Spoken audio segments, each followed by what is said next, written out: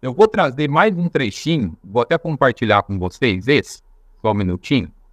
Esse trecho, ele está no livro Vida Simbólica, no volume 2, ali do Vida Simbólica, né?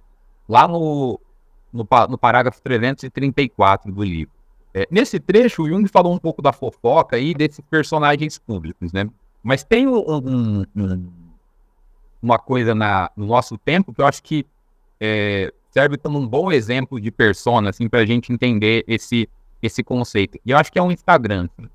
Se a gente pensar no Instagram, ali a gente tem vários personagens, né? Várias máscaras sendo colocadas, né? Várias pessoas tentando corresponder à expectativa social e tentando mostrar ou acreditar que elas são aquilo que aparece no Instagram, né? A partir de recortes da própria vida, né? Eu não sei vocês, mas várias vezes, às vezes no Instagram a gente vai olhando e, cara, falando, não é possível ser tão feliz assim. Não é possível ter uma vida tão perfeita desse jeito, né? Acho que essa pessoa não vai nem no banheiro, né? Não tem nada desse tipo, filho. Então ali vocês percebem muito essa performance, né? Esse personagem, né? Essa vontade que a gente tem de corresponder à expectativa, né?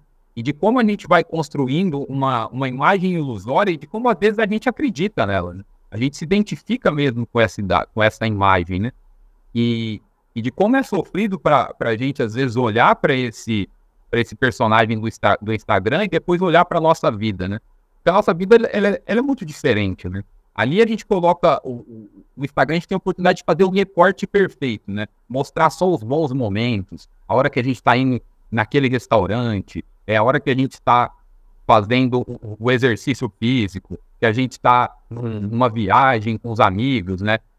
Dificilmente, não vou falar ninguém, né? Porque aí eu teria que conhecer o Instagram inteiro, mas eu acho que muito pouco aparece a realidade da vida, né? Alguém que coloque ali um problema, sei lá, esqueci de pagar minhas contas esse mês, olha aqui, a pessoa coloca lá, né?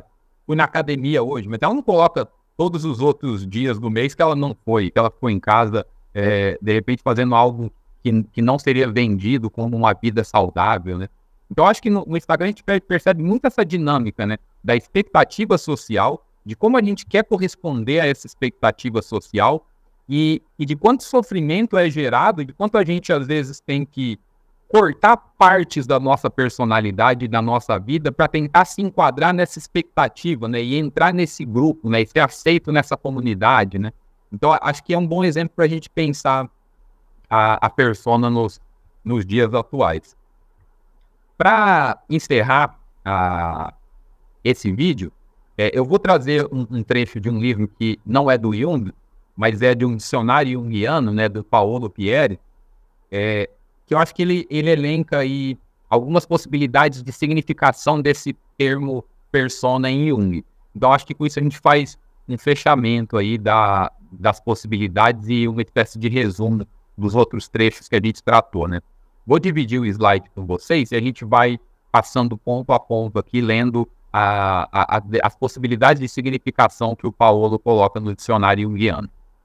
Ele coloca assim, na primeira, né? A persona é um aspecto da personalidade, o representante mais perceptível da psique coletiva externa ou mundana que se encontra dentro da personalidade. No segundo item ele coloca, é uma estrutura da psique e, portanto, uma das subpersonalidades que giram ao redor do eu, cuja relação com o próprio eu muda continuamente no curso da vida, né? No terceiro item ele coloca, a imagem que o indivíduo mostra externamente, enquanto tal, um dos aspectos mais exteriores do indivíduo.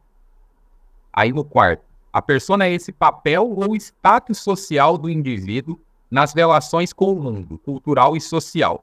E, portanto, o aspecto que ele assume nas relações com a cultura e com a sociedade.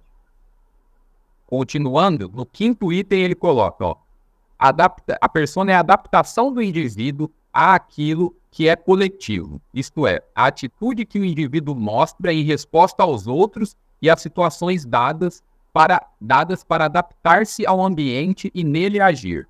No sexto item, o indivíduo definido pelas relações, a persona, né, é o indivíduo definido pelas relações que mantém com os outros.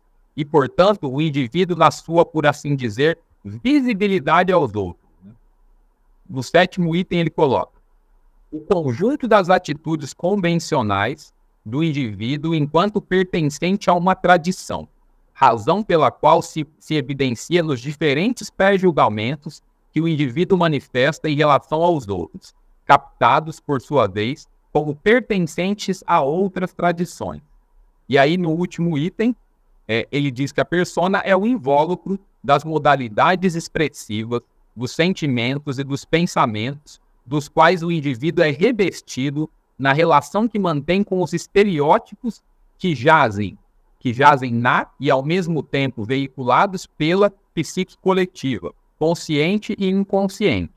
Isto é, a mediação entre a irredutível individualidade de cada indivíduo e, igualmente irredutível, exigência de uma cultura e da cultura humana em geral, motivo pelo qual estas, por assim dizer, necessitam de atores específicos que recitem determinadas partes.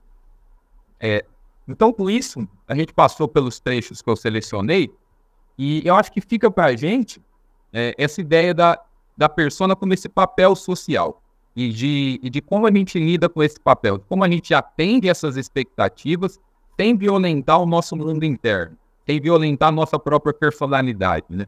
Até que ponto a gente consegue se adaptar e é saudável que a gente se adapte a essas exigências coletivas para que a gente se integre nessa sociedade e até que ponto a gente é obrigado, às vezes, a não se adaptar a algumas coisas, né?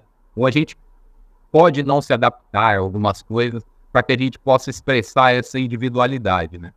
Então a gente fica aí com essa estrutura e essa difícil... esse difícil afinamento disso, né? A gente precisa encontrar esse lugar, né?